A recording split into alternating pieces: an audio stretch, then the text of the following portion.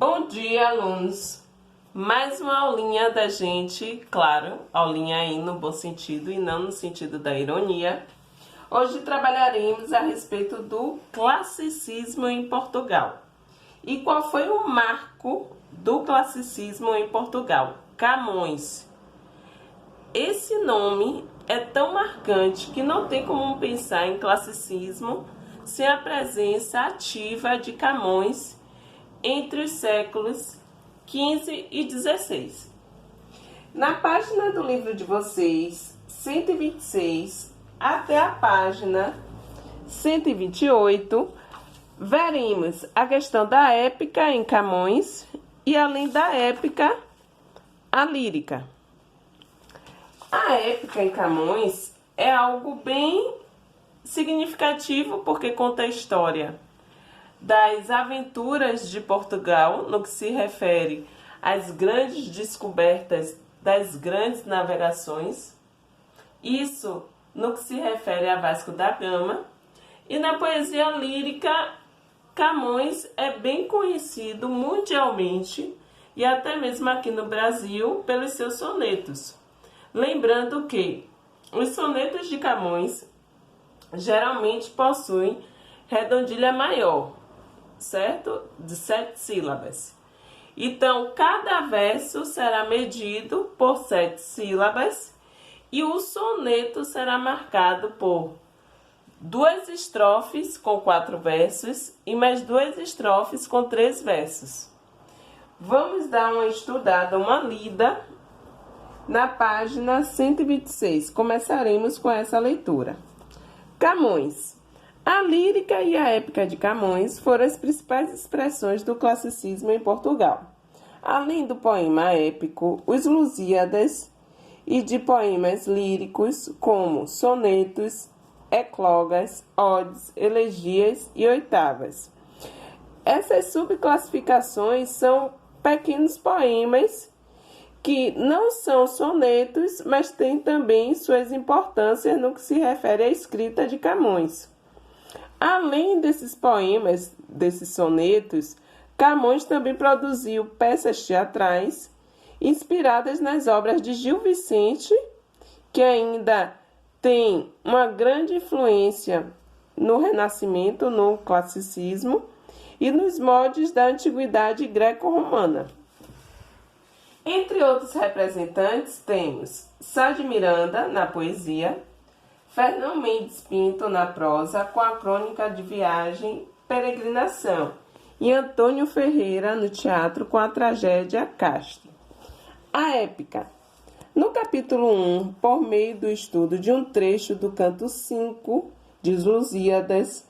Gente, quando se diz canto 5 de Os Lusíadas, é fazendo referência à parte do poema que se encontra no livro Os Lusíadas, que é o livro mais representativo de Camões. Você conheceu as características da épica camoniana, ligada estreitamente às concepções estéticas da cultura clássica greco-latina. Camões, ao retomar o gênero epopeia, representativo dessa cultura, seguiu como modelo as epopeias de Homero e de Virgílio. O poeta português encontrou na expansão marítima e comercial de seu país, ocorrida entre as últimas décadas do século XV e o início do século XVI, um motivo para cantar as glórias do povo português. Ou seja, Portugal não apenas contava os fatos históricos das grandes descobertas feitas por Portugal, senão não seria literatura. Na verdade, quando Camões glorificava a nação portuguesa, era no intuito de embelezar ainda mais Portugal, com as grandes navegações, mas também com as terras conquistadas. Essa expansão foi um acontecimento importantíssimo na Europa, pois, com ela, os portugueses, além de vencer os oceanos, alargaram os estreitos limites geográficos e culturais da Idade Média, inclusive com o descobrimento das terras brasileiras. Em Os Lusíadas, Camões, por meio da narração da viagem de Vasco da Gama às Índias exalta a grandeza histórica dos lusos, daí o nome de Lusíadas. Desde a fundação da nacionalidade até a edificação do Império Ultramarino. Nessa epopeia, o heroísmo é ampliado, pois Camões canta não apenas as glórias de um herói, mas também de um povo. Vasco da Gama é um herói coletivo, que representa todos os portugueses. Aqui tem uma pequena biografia de Luís Vaz de Camões, certo?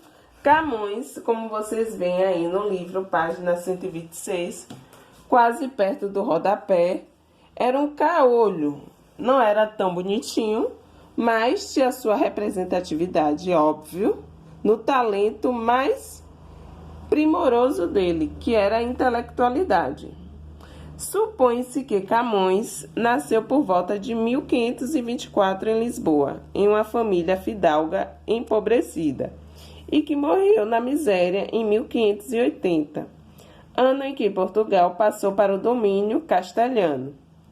A vasta cultura de que era dotado faz supor que cursara a Universidade de Coimbra ou Coimbrã, ou ao menos estudara no colégio de um mosteiro, no qual seu tio, Dom Bento de Camões, era prior.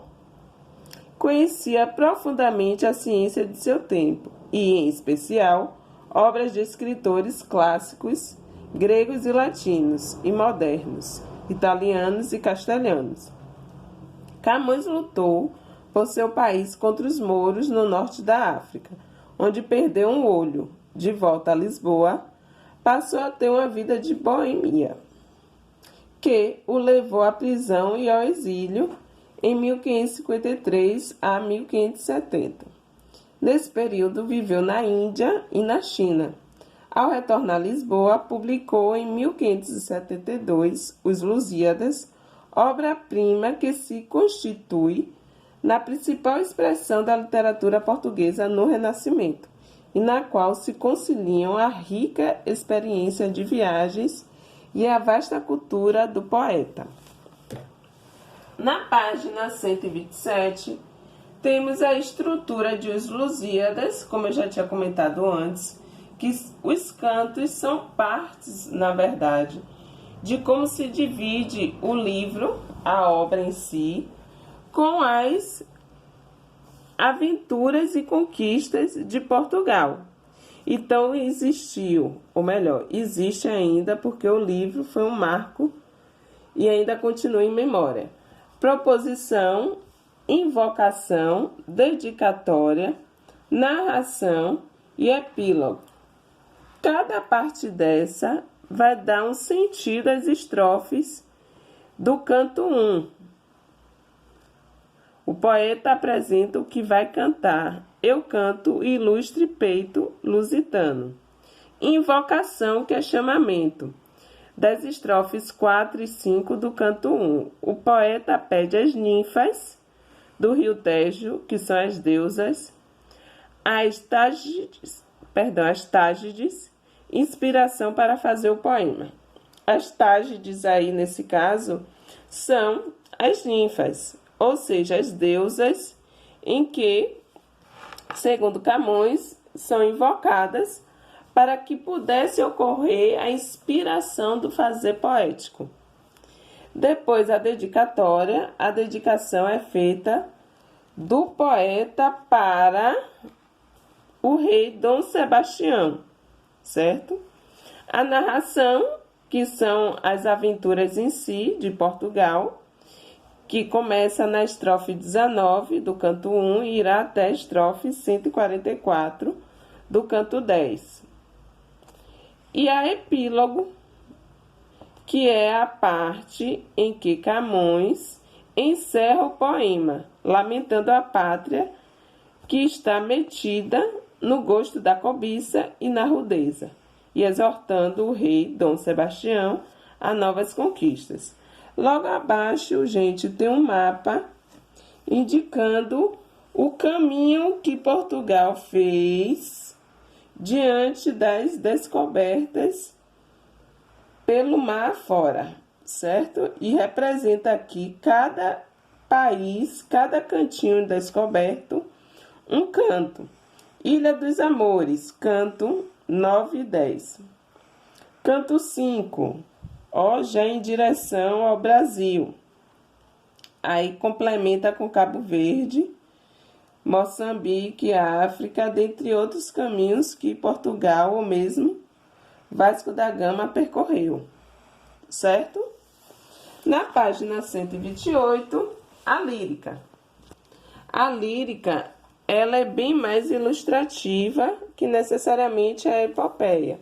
A epopeia é um pouco chata, digamos assim, e na verdade é mesmo. Quem for ler o livro Os Lusíadas perceberá essa chatice em relação às repetições que se tem nos cantos de tão enfático e apaixonado que Camões é por Portugal. Ele é bem nacionalista e patriota. Na poesia lírica, Camões cultivou gêneros prestigiados no classicismo, como o soneto, a ecloga, a ode, a elegia e a oitava. Ao realizar essa produção, o poeta, sem romper com a velha tradição lírica galego-portuguesa, isso fazendo referência ainda à baixa Idade Média, o declínio, garantiu a coexistência de novos e velhos gêneros, bem como de novas e velhas métricas e convenções literárias. Desse modo, sua poesia lírica não se caracteriza pela ruptura, mas pela continuidade, pelo aproveitamento da tradição medieval cultivada na Península Ibérica. Como você viu no capítulo 1, a lírica amorosa camoniana segue a concepção estética do classicismo e apresenta a influência de Petrarca e do neoplatonismo renascentista. Nos poemas líricos do autor, o conceito trovadoresco do amor é aprofundado. A mulher amada idealizada é uma fonte de virtudes. É importante, gente, destacar esse conceito da mulher amada idealizada. Perpetua ainda, durante o classicismo, no período de Camões, ainda mais forte, colocando a mulher em um pedestal, como se a amada fosse um ser inacessível e que, na verdade, deveria ser o tempo todo prestigiada, mas, acima de tudo, colocada como um ser palpável, mas, ao mesmo tempo, é realmente contraditório. E assim é Camões, palpável, mas, ao mesmo tempo, não palpável. Porque, enquanto carne, ela não teria como ser tocada, mas, em compensação, as sensações e as virtudes da mulher enquanto alma, enquanto sentimento, era expressada em Camões. Um ser celestial perfeito. Esse retrato divinizado da figura feminina costuma ser traçado por meio de uma profusão de adjetivos que ressaltam mais suas qualidades interiores, ou o que eu acabei de afirmar, do que suas características físicas, pois o sentimento amoroso do eu lírico é desinteressado dos prazeres físicos e sensoriais. Porém, em Camões, há também a expressão do amor sensual, inspirado nas figuras mitológicas da cultura greco-latina, e do sentimento amoroso que aspira à realização concreta material, afastando-se, portanto, da concepção de amor espiritualizado e idealizado. Nos poemas em que o sentimento amoroso se expressa pelo desejo físico, a mulher é retratada como ser impiedoso e cruel, que provoca dor naquele que a ama. Nos poemas em que o sofrimento amoroso se expressa pelo desejo físico, a mulher é retratada como um ser impiedoso e cruel. Por que a mulher é tratada como ser impiedoso e cruel para Camões? Porque para ele, a mulher, diante de todo esse sentimento amoroso que perpassa pela questão do desejo físico, carnal. Existe ali uma crueldade porque ele ama e não é, de certa forma, correspondido. É uma dor que ele carrega e que, na verdade, vai estar suprida em cada uma das linhas do poema de Camões. Na lírica amorosa camuniana, manifesta-se, então, o conflito entre o amor profano, material, e o amor espiritual puro. Em termos estilísticos, essas contradições são geralmente expressas por meio de figuras de linguagem, como a antítese e o paradoxo que já estudamos em aulas anteriores. Não esqueçam que antítese é a oposição de palavras, que na verdade irão dar um sentido de continuidade ao que está sendo dito no poema. O paradoxo é uma contradição de ideias, mas que se complementam nos versos. Outro aspecto da lírica camuniana é a lírica filosófica, que reflete sobre a vida, o homem e o mundo, e tem como um de seus temas a passagem do tempo, que desfaz as esperanças, substituindo o bem, sempre passageiro, efêmero, pelo mal que perdura. Pelo mal que perdura. Ou seja, o homem é essa constante contradição entre o bem e o mal. O bem, que é passageiro, efêmero, e o mal que insiste em perdurar. Porque, na verdade, é com essa dor que o homem se sacia diante da beleza feminina. Exemplo dessa produção de Camões são os versos a seguir. Quando eu digo beleza feminina, é no sentido lírico, porém, essa questão do bem e do mal é no sentido filosófico. Esse bem só pode ser bem representado quando está associado ao mal e vice-versa. É uma contradição? É uma contradição, mas nós, enquanto seres humanos, somos genuinamente contraditórios. Vamos ler o poema agora como exemplo de Camões. E vi que todos os danos se causavam das mudanças, e as mudanças dos anos, onde vi quantos enganos faz o tempo às esperanças. Ali vi o maior bem, com pouco espaço que dura, o mal, quão depressa vem, e quão triste estado tem que se fia da aventura. Aqui é um exemplo da lírica filosófica de Camões, certo?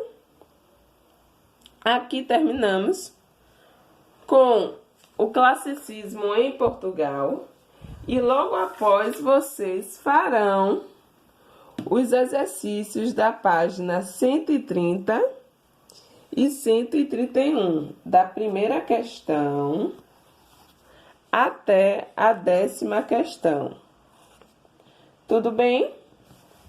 Até nossa próxima aula da tarde. Finalizo essa questão literária agora. Até breve, até a próxima aula do nivelamento, que será à tarde. Tchau, tchau.